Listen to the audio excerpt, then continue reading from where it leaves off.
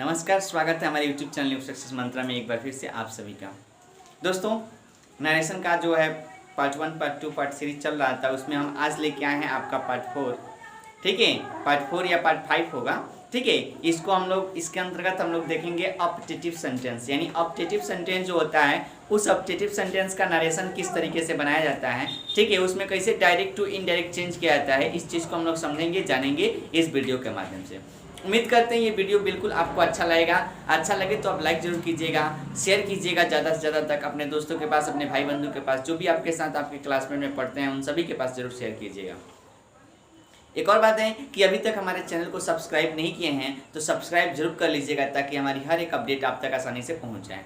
तो बिना देरी किए हम लोग शुरू करते हैं आज की क्लास। इस क्लास में हम लोग जानेंगे ऑप्टेटिव सेंटेंस जो होता है उसका नरेशन कैसे बनाया जाता है, क्या कुछ होता है ऑप्टेटिव सेंटेंस के अंदर, इन सारी चीज़ों को हम लोग जानेंगे, समझेंगे और आसानी से सीखेंगे। और आपको बता दें कि इससे एग्जामिनेशन में सवाल बनता है, तो इस टॉपिक को हम लोग को क्या करना है, कमांड करना है, ताकि हम एग्जामिनेशन में क्या करें, ज़्यादा से ज़्यादा सवालों को पकड़ सके, कैच कर सके और सवाल को आसानी से आंसर दे सकें। ठीक है, तो शुरू करते हैं हम लोग आज की क्लास, जिसमें हम लोग जानेंगे ऑप्टेटिव सेंटेंस।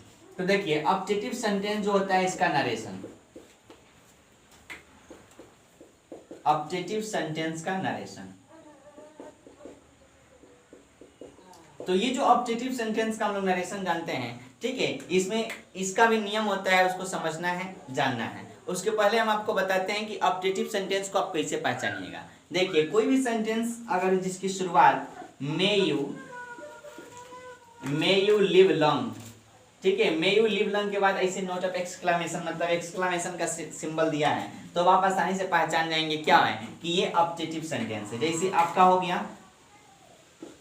कि may you die of corona,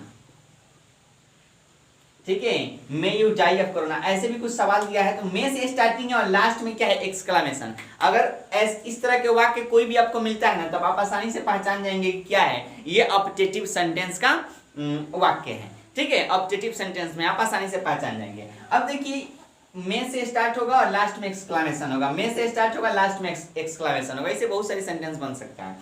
अब एक और चीज है कि इस जो ऑब्जेक्टिव सेंटेंस है इसका असर्टिव सेंटेंस, तो इसका असर्टिव सेंटेंस बिल्कुल आसान है, एकदम आसानी से आप बना सकते हैं। जैसे मे यू लिव लॉन्ग है ना, तो इसका असर्टिव सेंटेंस अगर आपको बनाना होगा तो बिल्कुल आसान है। देखिए, सब्जेक्ट जो यू है ना, इसको यहाँ पे लिख दीजिएगा और उसके बाद मे होगा तो यहाँ पे लिख दीजिए यू मे, और लिव लॉन्ग का है तो लिव लॉन्ग लिख दीजिए, और जो एक्सक्लेमेशन है ना इसको फुल स्टॉप में चेंज कर दीजिए। हो गया इसका असर्टिव सेंटेंस। यानी मे यू लिव लॉन्ग का असर्टिव सेंटेंस क्या होगा, you may live long. May you die of corona, इसको भी अगर आपको असर्टिव बनाना हो तो यू मे डाई ऑफ क्या होगा, you may die of corona, आप इसे आसानी से बना सकते हैं। और यहाँ पे आप क्या कीजिए, एक्सक्लेमेशन के बदले फुल स्टॉप दे दीजिए। ठीक है, तो ऑब्जेक्टिव सेंटेंस से एक और चीज आपको बताना हम भूल गए, बता देते हैं अभी कि ऑब्जेक्टिव सेंटेंस से देखिए इच्छा का पता चलता है। ठीक है, इच्छा, प्रार्थना, अभिशाप, ठीक है, इच्छा, प्रार्थना, अभिशाप या फिर आशीर्वाद का बोध होता है, याद रखिएगा। ऑब्जेक्टिव सेंटेंस से किस चीज का बोध होता है, तो ऑब्जेक्टिव सेंटेंस से इच्छा का बोध होता है, प्रार्थना का बोध होता है, अभिशाप का बोध होता है या फिर अभिशाप का बोध होता है। ठीक है, और इस सारी चीजों का बोध होता है। तो अगर कोई भी वाक्य में क्या होगा, इच्छा, प्रार्थना, अभिशाप, आशीर्वाद, ऐसे कुछ सेंटेंस आता है। जैसे बोला कि may you die of corona, आप कोरोना से मर जाओ, तो ये किसी ने क्या किया, उसको अभिशाप दिया, क्रश किया, श्राप दिया। तो अगर इस तरह के सेंटेंस आएंगे तो इसका नरेशन हम लोग कैसे बनाएंगे, इस तरह के सेंटेंस का डायरेक्ट टू इनडायरेक्ट कैसे चेंज करेंगे, इस चीज को हम लोग सीखेंगे इस वीडियो के माध्यम से। मे यू लिव लॉन्ग, आप दीर्घायु हो, आप ज्यादा दिन तक जिए, ठीक है, हमारी उम्र आपको लग जाए, तो इस तरीके अगर वाक्य होगा तो इससे आशीर्वाद का पता चलता है। ठीक है, हम किसी को आशीर्वाद देते हैं, तो इस तरह के सेंटेंस जो होगा इसका ऑब्जेक्टिव सेंटेंस कैसे बनाएंगे इसको सीखेंगे। तो आप समझ गए कि ऑब्जेक्टिव सेंटेंस से क्या पता चलता है, इच्छा का पता चलता है, प्रार्थना का पता चलता है, अभिशाप का पता चलता है और आशीर्वाद का पता चलता है। क्लियर बात है। अब देखिए, ऑब्जेक्टिव सेंटेंस का जो है नरेशन बनाने के लिए इसके भी 4 नियम होते हैं, 4 रूल होता है, उस रूल को सीखना है, जानना है, बहुत जरूरी है। ठीक है, तो देखिए, रूल नंबर 1 कहता है कि रिपोर्टिंग वर्ब को,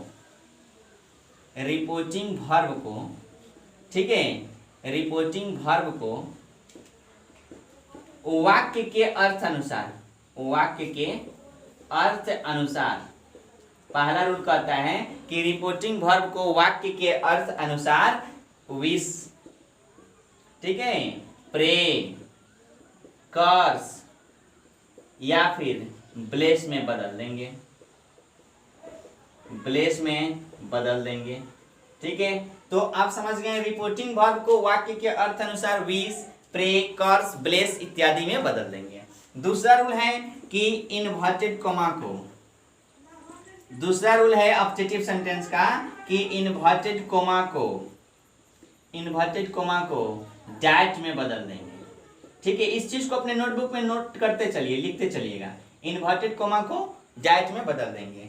तीसरा जो नियम है ना वो है इन्वर्टेड कॉमा को डैट में बदल देंगे। उसके बाद ऑब्जेक्टिव सेंटेंस होगा, ऑब्जेक्टिव सेंटेंस, ठीक है।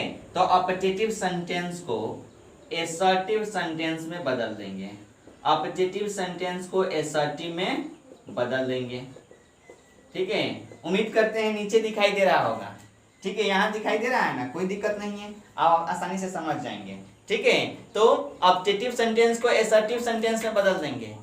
अब आगे देखिए, आगे है इसका चौथा रूल कि एक्सक्लेमेशन, यानी जो नोट ऑफ एक्सक्लेमेशन होगा अंत में फुल स्टॉप डायरेक्ट लिख दीजिए कि अंत में फुल स्टॉप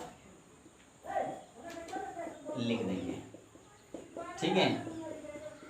तो ये रहा, मतलब जो एक्सक्लेमेशन आएगा ना एसर्टिव में बदलिएगा तो एक्सक्लेमेशन को हम लोग क्या करेंगे, फुल स्टॉप में डाल देंगे, कोई दिक्कत कोई परेशानी नहीं होगा।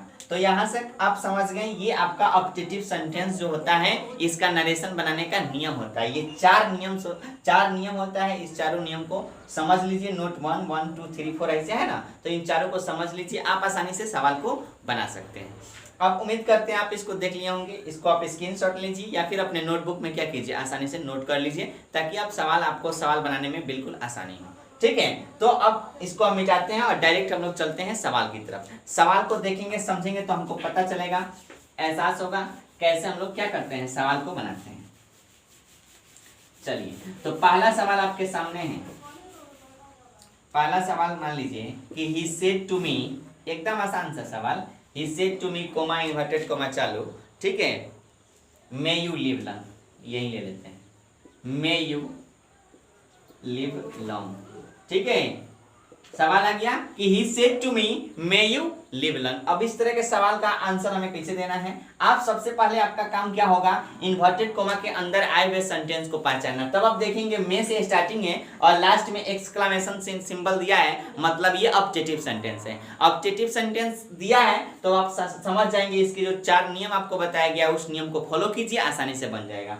तो इसको देखिए, मे यू लिव लॉन्ग मतलब आप दीर्घायु हो, आप ज्यादा दिन तक जिए। इससे कोई ना कोई क्या कर रहा है, आशीर्वाद दे रहा है। इसका मतलब सीधा है कि जब इससे हमको वाक्य से पता चल गया कि आशीर्वाद का पता चलता है तो सेड टू को किस में बदलेंगे, ब्लेस्ड में बदल देंगे, यानी कि सेड टू को ब्लेस्ड में। अगर इससे पता चले कि शराब का पता चल रहा है तो कष्ट बनाइएगा, अगर प्रार्थना का पता चले तो प्रेड कीजिएगा, इच्छा का पता चले तो विश कीजिएगा। समझ में आ गया ना।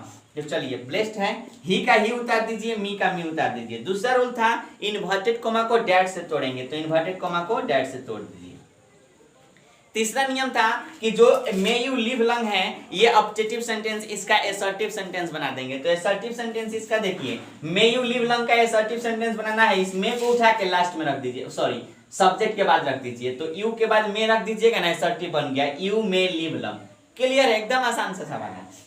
अब इसके अंदर आए हुए प्रोनाउन को चेंज करना है, ये जनरल रूल से सभी जो है सेंटेंस में क्या होता है, लगता है। तो यू आपका सेकंड पर्सन है, किसके हिसाब से जाएगा, ऑब्जेक्ट के हिसाब से। ऑब्जेक्ट क्या है, मी फर्स्ट पर्सन। अब यू सब्जेक्ट है तो सब्जेक्टिव केस में देखेंगे, सब्जेक्टिव केस में जैसे आपको पता है ना, I, we, you, he, she, it और दे। तो यू आपका सेकंड पर्सन है, सेकंड पर्सन जाएगा फर्स्ट पर्सन के हिसाब से, ये सब्जेक्टिव में देखो। तो यू फर्स्ट पर्सन में चेंज करोगे तो क्या होगा, आई होगा। इसका मतलब यू को आई में चेंज कर देंगे तो यहाँ पे क्या आ जाएगा, आई। और मे को क्या कीजिए, क्रिया है तो इसको भी पास्ट में चेंज कीजिए, तो मे का क्या हो जाएगा, माइट हो जाएगा, यानी आई माइट। और बाकी जो भी वाक्य में आता है लिख दो भैया। तो he blessed me that I might live long. उम्मीद करते हैं ये आपको समझ में आ गया है, इसमें कोई दिक्कत, कोई परेशानी, कोई दुख दर्द आपको नहीं होगा, ठीक है। यहाँ आसानी से समझ में आ गया। देखिए, कुछ नहीं करना है इसमें, ऐसे सवाल आएगा तो बिल्कुल यही नियम को फॉलो कीजिए, जो आपका रूल है उसको देखिए, समझिए और बनाइए। यहाँ तक कोई दिक्कत, कोई परेशानी? समझ गए। चलिए एक और एग्जाम्पल हम लोग लेके देखते हैं, उसको अब बनाते हैं, समझते हैं क्या है। बिल्कुल आसान है। ऐसे सवाल आप जाके अपने कोई भी ग्रामर का बुक उठाइए, ऑब्जेक्टिव सेंटेंस ढूंढिए नरेशन के अंतर्गत और सवाल को बनाना चालू कीजिए। तो एक और सवाल हम लोग लेते हैं। सवाल आ गया, he said to her, comma inverted comma चालू चालू, may you die of corona. Simple सा सवाल है, कोरोना बहुत चर्चा में है आजकल, तो कोरोना से ही सवाल उठा लेते हैं। He said to her may you die of corona. अब देखिए इस सवाल को हमें क्या करना है, बनाना है। तो आसानी से पहचान, मे स्टार्टिंग है, एक्सक्लेमेशन है, मतलब ऑब्जेक्टिव सेंटेंस, पहला चीज। दूसरा, अब रूल ऑब्जेक्टिव सेंटेंस हो गया, तो ऑब्जेक्टिव सेंटेंस का क्या रूल है उसको अप्लाई कीजिए। तो may you die of corona मतलब आप कोरोना से मर जाओ, किसी को कोई बोल रहा है, मतलब क्या है, अभिशाप कर रहा है, मतलब आशीर्वाद नहीं दे रहा है, ये उसको श्राप रहा है। तो श्राप रहा है तो उसके लिए किस में बदलते हैं, सेड टू को कॉस्ट में, आपको बताया है। तो यहाँ पे आप क्या कीजिएगा, कॉस्ट लगा दीजिएगा। तो ही कॉस्ट हर, इन्वर्टेड कोमा किससे, डैड से। यहाँ तक आपको समझ में आ रहा है कि नहीं आ रहा है, पहले बताइए। बिल्कुल आ रहा है, कोई दिक्कत नहीं है। He cost her dad. अब देखिए may you die of corona है, तो यू है तो यू के बाद इसका एसर्टिव बनाना होगा ना, तो यू के बाद मे लगा दीजिए, बिल्कुल एसर्टिव बन गया। May you die of corona का एसर्टिव क्या बनेगा, you may die of corona. You may die of corona है, तो यू आपका सेकंड पर्सन है, ऑब्जेक्ट के हिसाब से जाएगा। ऑब्जेक्ट क्या है, हर, हर कौन person, third person. You subjective case में है, सब्जेक्ट की जगह पे मतलब सब्जेक्टिव केस, तो यू को सब्जेक्टिव केस में देखिए थर्ड पर्सन में चेंज करते हैं। तो हर है तो फीमेल के लिए आया है, मतलब सी होगा। मेल के लिए आता तो ही होता, निर्जीव के लिए इट होता, बहुत सारे लोगों के लिए मतलब बहुवचन में दे होता। ठीक है, तो यहाँ पे क्या होगा, सी होगा। तो यहाँ पे हमने क्या लिखा, सी लिख दिया। अब मे का क्या लिखा, माइट, क्रिया भी बदल देंगे, मे को माइट कर देंगे, ठीक है। और उसके बाद डाई ऑफ कोरोना है तो डाई ऑफ कोरोना लिख देंगे, ठीक है, die of corona, full stop. यानी कि सवाल बन गया, he caused her that she might die of corona. अब आपको आसानी हो गया कि जब भी अर्थ को समझिएगा, अगर अर्थ से पता चले इच्छा का तो विश में बदलिएगा, प्रार्थना का पता चले तो प्रेड में, अभिशाप का पता चले तो कष्ट में, आशीर्वाद का पता चले तो ब्लेस्ड में, ऐसे आप आसानी से बना सकते हैं। ठीक है, तो आपको क्या करना है, सवाल को समझ गए। आपको करना क्या है कि आप कोई भी अगर आपके पास ग्रामर का बुक है तो उसको उठाइए, वहां से सवाल को देखिए, समझिए। ठीक है, इस वीडियो को एक बार नहीं समझ में आता है दोबारा से देखिए और आपको पक्का समझ में आएगा। ठीक है, दोबारा देखिए, 3 बार देखिए, समझ में आएगा। सवाल को उठाइए कोई भी ग्रामर के बुक से और आप बनाना चालू कीजिए, तभी होगा। ठीक है, अदरवाइज नहीं होगा। चलिए, तो आज के लिए इतना ही, फिर मिलते हैं हम लोग अगले वीडियो में। तब तक के लिए bye bye, take care, love you all of you, जय हिंद, जय भारत।